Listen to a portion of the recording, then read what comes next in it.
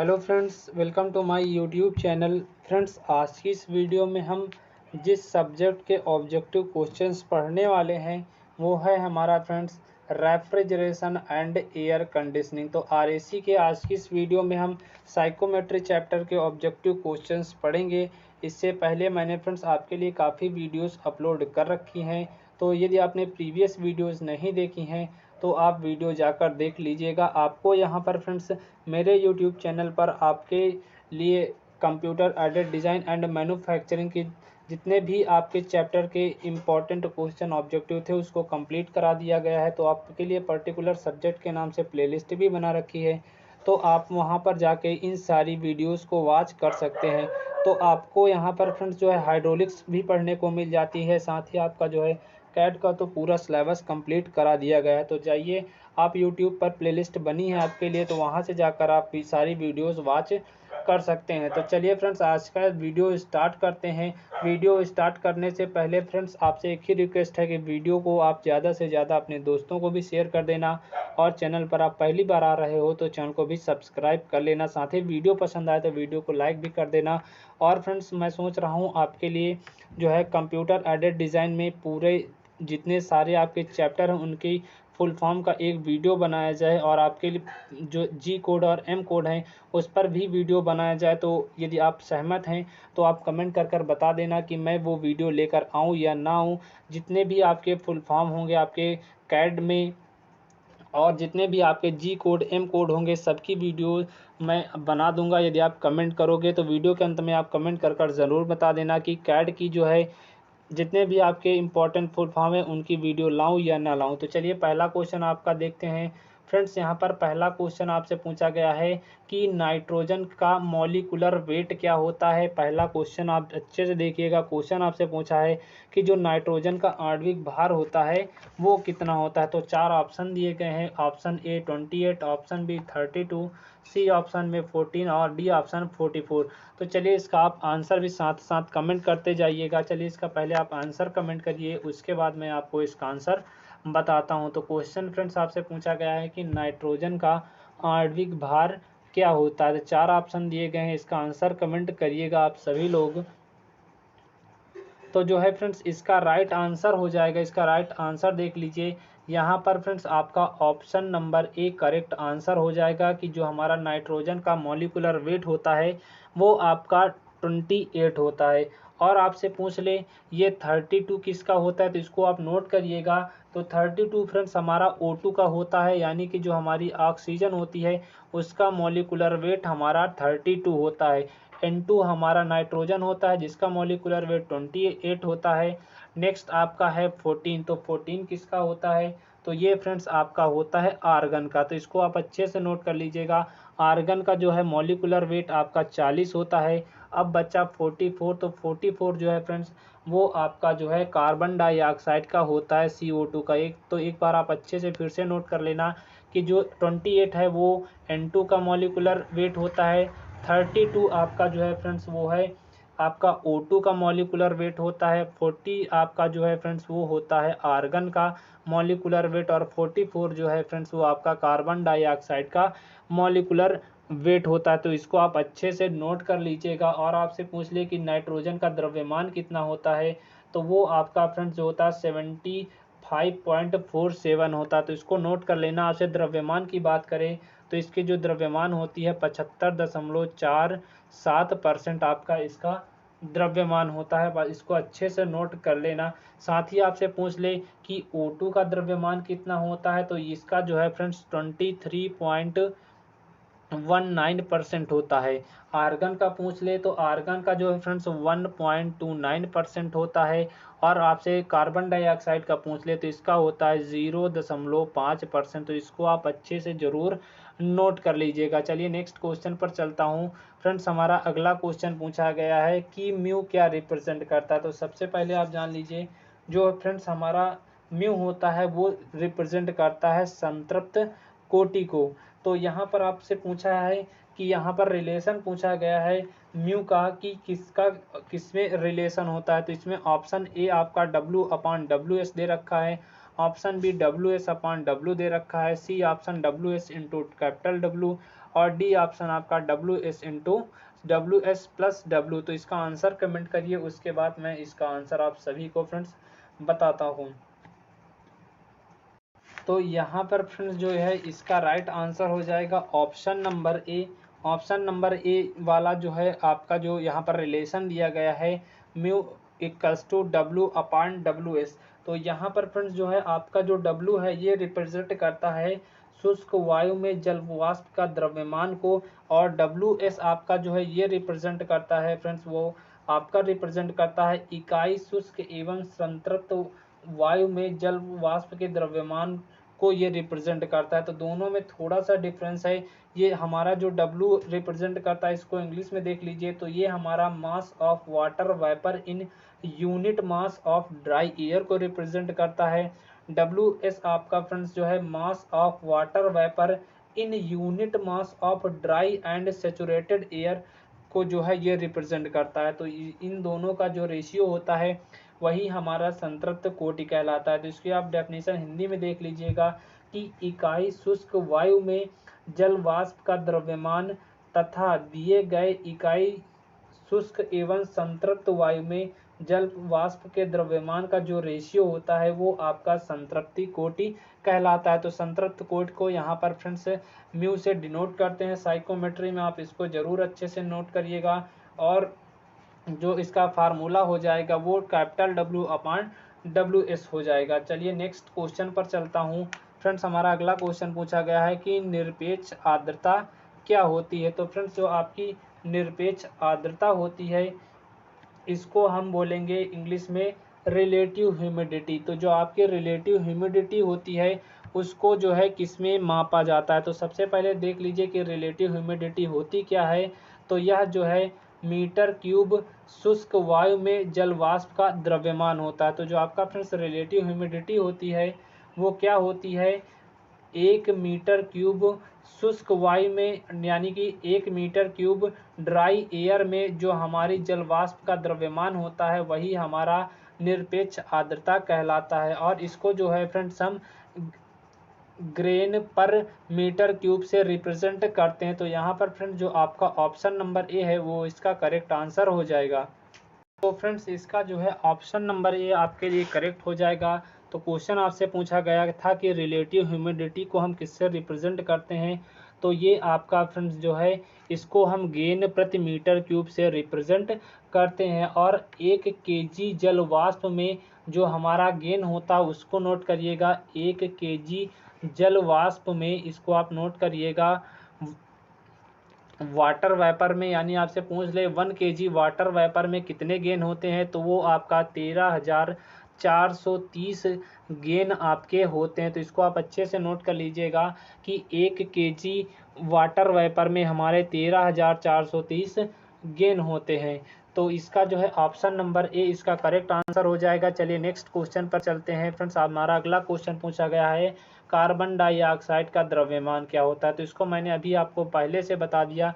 चलिए इसका आप आंसर कमेंट करिए। आंसर आप सभी का करेक्ट होना चाहिए क्योंकि क्वेश्चन नंबर 1 में मैंने सभी को बताया है इसको।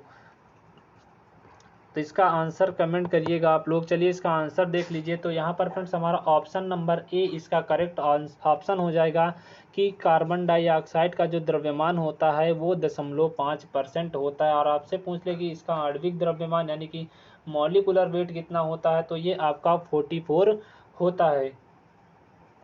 चलिए नेक्स्ट क्वेश्चन पर चलता हूँ फ्रेंड्स। हमारा अगला क्वेश्चन पूछा गया है कि ड्यू पॉइंट डिप्रेशन ज्ञात किससे किया जाता है। तो फ्रेंड्स आपका जो ड्यू पॉइंट डिप्रेशन होता है, तो सबसे पहले इसको समझ लीजिए कि इसको हम किसे कहते हैं। तो जो आपका DPD होता है यानी कि ड्यू पॉइंट डिप्रेशन होता है, इसकी परिभाषा देख लीजिए, या इसको हम किसको हम ड्यू पॉइंट डिप्रेशन कहते हैं, इसको आप अच्छे से समझ लीजिए। तो यह हमारी शुष्क बल्ब तापमान तथा ड्यू बिंदु तापमान का अंतर होता है। चलिए इसको इंग्लिश में देख लेते हैं कि जो फ्रेंड्स हमारा ड्यू पॉइंट डिप्रेशन होता है वो आपका ड्राई बल्ब टेम्परेचर तथा ड्यू पॉइंट टेम्परेचर का जो अंतर होता है वो आपका ड्यू पॉइंट डिप्रेशन कहलाता है। इसको आप एक बार अच्छे से समझ लीजिएगा कि जो हमारा ड्राई बल्ब टेम्परेचर और ड्यू पॉइंट टेम्परेचर का जो अंतर होता है वो आपका जो है कहलाता है ड्यू पॉइंट डिप्रेशन। तो जो आपका फ्रेंड्स जो है शुष्क बल्ब तापमान यानी कि ड्राई बल्ब टेम्परेचर होता है उसको हम रिप्रेजेंट करते हैं TDP से, और ये माइनस आपका कह रहा है कि शुष्क बल्ब तापमान तथा ड्यू पॉइंट तापमान यानी कि ड्यू पॉइंट टेम्परेचर। तो ड्यू पॉइंट टेम्परेचर को हम फ्रेंड्स TDP से रिप्रेजेंट करते हैं। तो यहाँ पर फार्मूला आपका बन गया ड्यू पॉइंट डिप्रेशन का कि TDP माइनस TDP। तो यहाँ पर फ्रेंड्स यहाँ पर जो आपका होगा ये आपका DP नहीं होगा, ये आपका फ्रेंड्स होगा, ये आपका होगा WP। तो ये आपका फार्मूला बन गया ड्यू पॉइंट डिप्रेशन का TDP माइनस TWP का जो अंतर होता है वही आपका ड्यू पॉइंट डिप्रेशन कहलाता है। यानी कि जो है यहाँ पर फ्रेंड्स क्वेश्चन नंबर 5 का जो है ऑप्शन नंबर C आपका करेक्ट आंसर हो जाएगा। तो ड्यू पॉइंट डिप्रेशन ज्ञात करने का फार्मूला होता है TDP माइनस TWB। इसको डेफिनेशन में आप देख लीजिएगा कि यह जो है शुष्क बल्ब तापमान यानी कि ड्राई बल्ब टेम्परेचर तथा ड्यू पॉइंट टेम्परेचर का जो अंतर होता है वही हमारा ड्यू पॉइंट डिप्रेशन कहलाता है। चलिए नेक्स्ट क्वेश्चन पर चलता हूँ। हमारा फ्रेंड्स अगला क्वेश्चन पूछा गया है स्पेसिफिक आर्द्रता यानी कि स्पेसिफिक ह्यूमिडिटी का जो फार्मूला होता है वो आपका क्या होता है। तो 4 ऑप्शन दिए गए हैं, इनका आंसर कमेंट करिएगा कि जो हमारा विशिष्ट आर्द्रता होती है उसको निकालने का जो फार्मूला कौन सा होता है। तो चलिए इसका आंसर कमेंट करिए आप सभी लोग। तो यहाँ पर फ्रेंड्स 4 ऑप्शन दिए हैं। ऑप्शन ए 0.622 PV अपान PT माइनस PU दे रखा है। इसी तरह ये ऑप्शन आपके दे रखे हैं। तो क्वेश्चन नंबर जो आपका फ्रेंड्स 6 है, यहाँ पर ऑप्शन नंबर ए इसका करेक्ट आंसर हो जाएगा कि जो हमारी स्पेसिफिक ह्यूमिडिटी होती है इसको निकालने का जो फ्रेंड्स आपका फार्मूला होता है वो 0.622 ब्रैकेट में PV अपान PT माइनस PU होता है। तो आप इसको अच्छे से नोट कर लीजिएगा। चलिए नेक्स्ट क्वेश्चन पर चलता हूं। तो यहाँ पर फ्रेंड्स जो है ऑप्शन नंबर ए इसका करेक्ट आंसर हो जाएगा। चलिए नेक्स्ट क्वेश्चन पर चलता हूं। आपसे पूछा गया है कि संतृप्त कोटि का मान क्या होता है। तो यहाँ पर फ्रेंड्स आपके 4 ऑप्शन दिए गए हैं। आपसे पूछा गया है कि जो हमारी संतृप्त कोटि होती है उसका जो है मान किस फार्मूले से निकाला जाता है। तो संतृप्त कोटि को तो हम फ्रेंड्स किससे डिनोट करते हैं, म्यू से डिनोट करते हैं। इसको आप अच्छे से ज़रूर नोट कर लीजिएगा। तो चलिए बताइए कि संतृप्त कोटि निकालने का फार्मूला इनमें से कौन सा होगा। चलिए इसको कमेंट करिए आप सभी लोग। 4 ऑप्शन दिए गए हैं, आप इसका आंसर कमेंट करिए। तो यहाँ पर फ्रेंड्स इसका आंसर देख लीजिए, डी ऑप्शन आपका जो है करेक्ट आंसर हो जाएगा। आप इसको अच्छे से नोट कर लेना कि जो संतृप्त कोटि का मान निकालने का फार्मूला होता है वो आपका ऑप्शन नंबर डी वाला होता है। आप इसको अच्छे से ज़रूर पढ़ लीजिएगा। चलिए नेक्स्ट क्वेश्चन पर चलता हूँ। यहाँ पर फ्रेंड्स आपको ऑब्जेक्टिव क्वेश्चंस मिलेंगे ही, साथ में आपको लास्ट के 10 क्वेश्चन आपको मैं फिल इन द ब्लैंक्स के भी करवाने वाला हूं। तो वीडियो के अंत तक आप ज़रूर बने रहिएगा। वीडियो पसंद आए तो वीडियो को लाइक भी कर देना। चैनल पर आप पहली बार आ रहे हो तो चैनल को आप सब्सक्राइब भी कर लेना। तो चलिए आपसे नेक्स्ट क्वेश्चन पूछा गया है कि जो हमारी सापेक्ष आर्द्रता होती है वो क्या होती। इसमें से आपके 4 ऑप्शन दिए गए हैं, तो इसमें से इसका आंसर कमेंट करिए आप सभी लोग। तो यहाँ पर फ्रेंड्स 4 ऑप्शन दिए गए हैं। आपसे पूछा है सापेक्ष आर्द्रता का फार्मूला इनमें से कौन सा होगा। तो सापेक्ष आर्द्रता को जो है फ्रेंड्स हम फाई से डिनोट करते हैं। तो इनमें से 2 ऑप्शन तो आपके डिसएलिमिनेट हो गए, क्योंकि यहाँ पर जो है 2 ऑप्शन बचे, क्योंकि जो हमारी सापेक्ष आर्द्रता होती है इसको हम फाई से डिनोट करते हैं। तो इसमें से इसका आंसर कमेंट करिए आप सभी की कौन सा हमारा यहाँ पर फार्मूला सही होने वाला है। यहाँ पर फ्रेंड्स मैंने जो आपको ऑप्शन कटवा दिए इनको आप मत काटिएगा। तो 4 ऑप्शन आपके दिए गए हैं, ये तो करेक्ट है कि जो आपका सापेक्ष आर्द्रता होती है उसको तो हम फाई से डिनोट करते हैं, लेकिन आप इसके साथ मत जाइएगा, गलत हो जाएगा।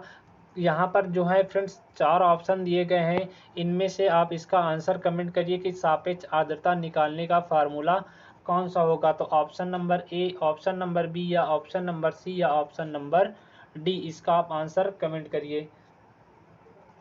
तो चलिए फ्रेंड्स इसका आंसर देख लीजिए कि जो है इसका जो है ऑप्शन नंबर हमारा जो सही होगा वो बी सही होगा। तो क्वेश्चन नंबर 8 का जो है वो आपका ऑप्शन नंबर बी करेक्ट हो जाएगा। तो फ्रेंड्स इसको जो इससे हम डिनोट करते हैं उसके साथ मत जाइएगा, आपका गलत हो जाएगा। आप पहले एक बार अच्छे से पढ़ लीजिएगा कि इसका आंसर क्या होने वाला है। तो यहाँ पर जैसे आपको कंफ्यूज करने के लिए इसका जिससे हम सापेक्ष आर्द्रता को डिनोट करते हैं 5 ही दे दिया गया है, तो कंफ्यूज करने के लिए आपको दे दिया गया है, बट आप इसको अच्छे से ज़रूर ध्यान रखिएगा। तो यहाँ पर फ्रेंड्स ऑप्शन नंबर बी आपका करेक्ट आंसर हो जाएगा। और ये जो फ्रेंड्स आपका ओमेगा है यहाँ पर आपका कैपिटल डब्ल्यू होना चाहिए। तो सापेक्ष आर्द्रता जो होती है फ्रेंड्स वो होती है 1.6 into W upon P A upon P V S. तो आप इसको ज़रूर अच्छे से फ्रेंड्स नोट कर लीजिएगा। यहाँ पर फ्रेंड्स जो आपका जो ओमेगा दे रखा है, ओमेगा के स्थान पर फ्रेंड्स आपका क्या होना चाहिए, वो आपका कैपिटल डब्ल्यू होना चाहिए। और जहाँ पर फ्रेंड्स आपका पीए है ये डिनोट करता है शुष्क वायु का आंशिक दाब को डिनोट करता है हमारा जो है फ्रेंड्स यहाँ पर पीए। और पीवीएस आपका जो डिनोट करता है ये जल का आंशिक दाब, जल वायु संतृप्ति ही जो होती है वो आपका यहाँ पर डिनोट करता है। तो क्वेश्चन नंबर 8 का जो है ऑप्शन बी इसका करेक्ट आंसर हो जाएगा। चलिए नेक्स्ट क्वेश्चन पर चलता हूँ। हमारा अगला क्वेश्चन पूछा गया है, क्वेश्चन नंबर 9 आपसे पूछा गया है कि एच का मान क्या होता है। तो सबसे पहले बताइए कि एच को हम किससे डिनोट करते हैं, या एच को स्मॉल एच जो है स्मॉल एच से किसको डिनोट किया जाता है। तो सबसे पहले आप इसका ही आंसर दीजिए कि स्मॉल एच को हम डिनोट किससे करते हैं। इसका आंसर मैं बाद में बताऊंगा। यहाँ पर आपसे स्मॉल एच का मान पूछा गया है। तो यहाँ पर 4 ऑप्शन दिए गए हैं, इसका आंसर भी आप कमेंट करिए साथ साथ। तो यहाँ पर फ्रेंड्स जो है क्वेश्चन नंबर 9 का जो है ऑप्शन नंबर ए इसका करेक्ट आंसर हो जाएगा। तो फ्रेंड्स जो आपका स्मॉल एच होता है इसको हम डिनोट करते हैं इंथैल्पी को। तो स्मॉल एच से हम इंथैल्पी को डिनोट करते हैं। और इंथैल्पी क्या होती है आप इससे अच्छे से नोट कर लीजिएगा कि यह एक जो है संयुक्त ऊर्जा होती है, जो आंतरिक ऊर्जा और जो हमारी प्रवाह ऊर्जा का योग होती है वो आपकी इंथैल्पी कहलाती है। यानी कि internal energy plus flow energy का जो योग होता है वो हमारी इंथैल्पी कहलाता है। इसको हम स्मॉल एच से डिनोट करते हैं। और इसको जो है इसका मात्रक क्या होता है वो आपका होता है किलो जूल पर केजी। तो इनको अच्छे से नोट कर लेना कि जो हमारी इंथैल्पी होती है वो internal energy plus flow energy का योग होती है। और इंथैल्पी को हम रिप्रेजेंट करते हैं स्मॉल एच से। तो इंथैल्पी का मान निकालने का आपसे यहाँ पर फार्मूला पूछा गया था। तो यहाँ पर जो है ऑप्शन नंबर जो है ए इसका करेक्ट आंसर हो जाएगा। चलिए नेक्स्ट क्वेश्चन पर चलता हूँ। हमारा अगला क्वेश्चन फ्रेंड्स पूछा गया है कि शुष्क वायु की विशिष्ट ऊष्मा क्या होती है। तो यहाँ पर पूछा गया है कि जो हमारी ड्राई एयर होती है उसकी स्पेसिफिक हीट आपसे पूछी गई है। तो क्वेश्चन इंपॉर्टेंट आपके लिए इजी भी है। चलिए इसका आंसर आप कमेंट करिए। तो क्वेश्चन नंबर 10 का जो ऑप्शन ए दे रखा है 1.005 किलो जूल पर केजी और केल्विन दे रखा है। इसी तरह ऑप्शन बी दे रखा है, ऑप्शन सी दे रखा है, ऑप्शन डी दे रखा है। तो यहाँ पर फ्रेंड्स जो है आपका जो इसका राइट आंसर हो जाएगा क्वेश्चन नंबर 10 का ऑप्शन नंबर ए जो है इसका करेक्ट आंसर हो जाएगा कि जो हमारी शुष्क वाष्प होती है यानी कि जो हमारी ड्राई एयर होती है उसकी विशिष्ट ऊष्मा यानी स्पेसिफिक हीट हो जाएगी वो आपकी होती है 1.005 किलो जूल पर केजी केल्विन। तो इसको आप अच्छे से नोट कर लीजिएगा। तो जो है आपका ऑप्शन नंबर इसका करेक्ट ऑप्शन हो जाएगा। चलिए नेक्स्ट क्वेश्चन पर चलता हूँ। आपके आ गए आप अब फिल इन द ब्लैंक्स के। तो अब हम पढ़ेंगे 10 question fill in the blanks के। तो इसको आप अच्छे से ज़रूर नोट कर लीजिएगा। तो पहला क्वेश्चन आप देखिए, आपके लिए पहला क्वेश्चन यहाँ पर दिया गया है कि वायु में आर्द्रता का मापन किसके द्वारा किया जाता है। तो यहाँ पर क्वेश्चन है वायु में आर्द्रता का मापन जो हमारी एयर होती है उसमें जो है ह्यूमिडिटी का जो मापन है मेजरमेंट है डैश के द्वारा किया जाता है। तो क्वेश्चन इम्पोर्टेंट है, इसी पर आपका चैप्टर भी पूरा बेस है। तो इसका जो इस आंसर हो जाएगा वो हमारा हो जाएगा साइकोमेट्री। जो हमारा फ्रेंड साइकोमेट्री होता है उसके द्वारा हम एयर में हुई मॉइस्चर को हम क्या करते हैं मेजरमेंट करते हैं। तो यहाँ पर फ्रेंड जो आपका साइकोमेट्री है यहाँ पर भरा जाएगा। जो आपका पूछा गया है कि वायु में आर्द्रता का जो मापन है उसको हम साइकोमीटर के द्वारा करते हैं। तो इसका आप आंसर जरूर अच्छे से याद रखिएगा कि वायु की जो आर्द्रता है उसको मापने का यंत्र जो है वो आपका साइकोमीटर होता है।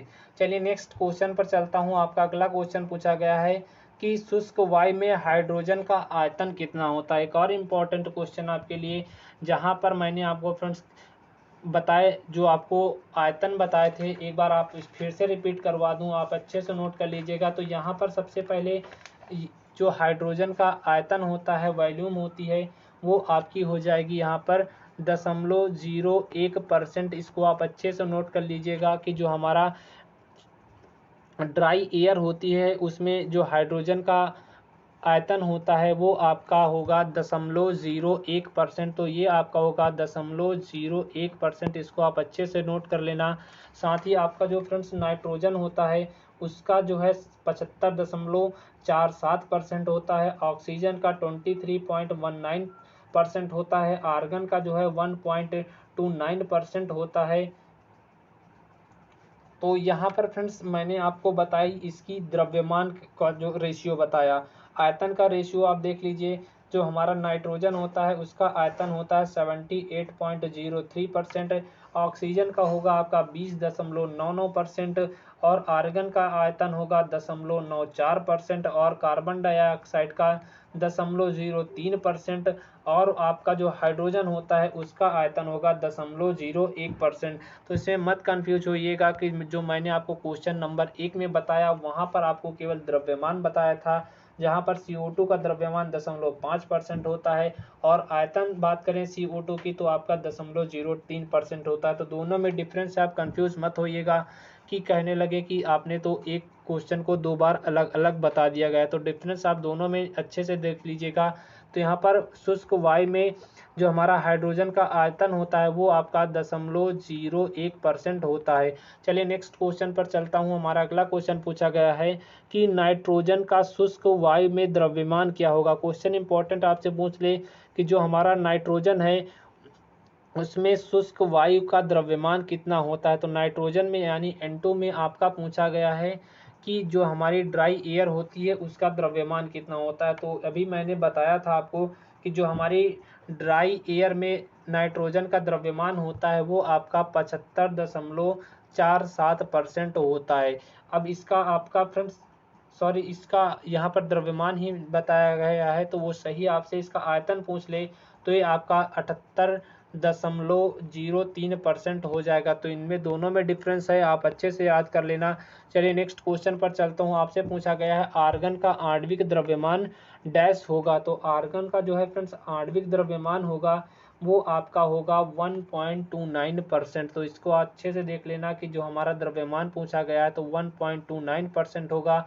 और आपसे अभी पूछ लेता कि इसका आयतन कितना होता है, तो आयतन 0.94% होता है आपका आर्गन का। नेक्स्ट आपका पूछा गया है कि शुष्क वायु तथा जल वाष्प का मिश्रण क्या कहलाता है। यानी कि जो हमारी ड्राई एयर होती है तथा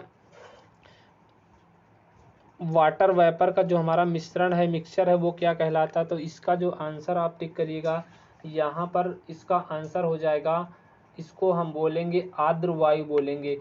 तो शुष्क वायु तथा जल वाष्प का जो मिश्रण है वो हमारा आर्द्र वायु कहलाता है। नेक्स्ट आपका है DPT होता है। तो आपका फ्रेंड जो है आपका DPT मैंने बताया ड्यू पॉइंट डिप्रेशन, तो वही आपका यहाँ पूछा गया है। तो इसका फार्मूला जो होगा वो होगा फ्रेंड्स TDP माइनस TWP। तो इसको आप अच्छे से याद कर लीजिएगा कि इसका जो राइट आंसर हो जाएगा वो आपका होगा T D P minus T W B आपका यहाँ पर होगा टी डब्ल्यू बी। तो ये आपका हो जाएगा शुष्क बल्ब का टेम्परेचर माइनस आर्द्र बल्ब का जो टेम्परेचर होता है, इन दोनों का अंतर हमारा जो है वो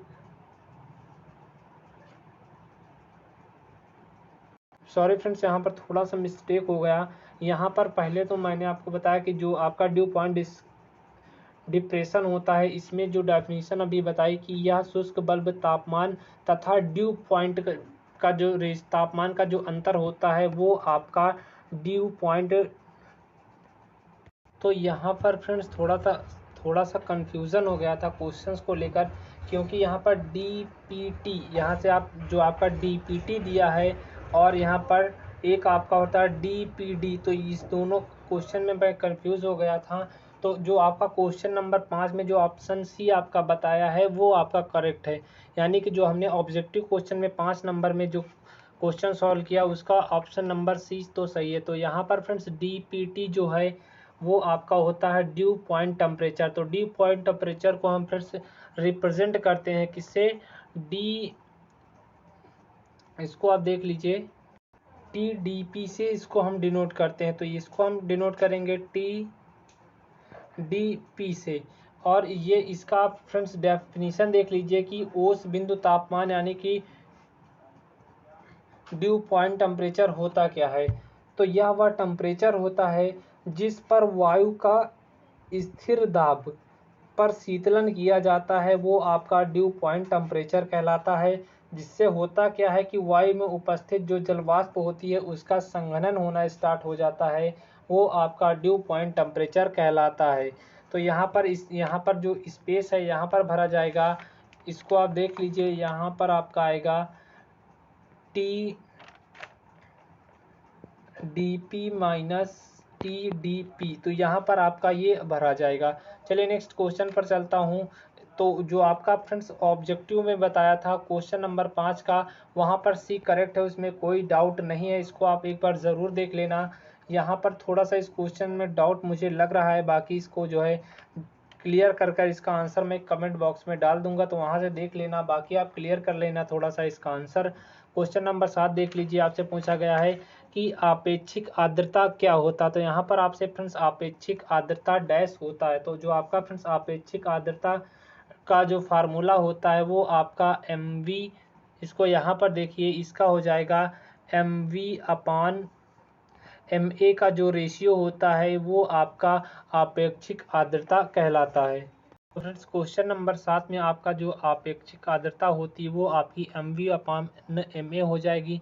चलिए नेक्स्ट देख लीजिए, आपका सापेक्ष आर्द्रता को हम नापते हैं, वो आपका होगा 1.6 W।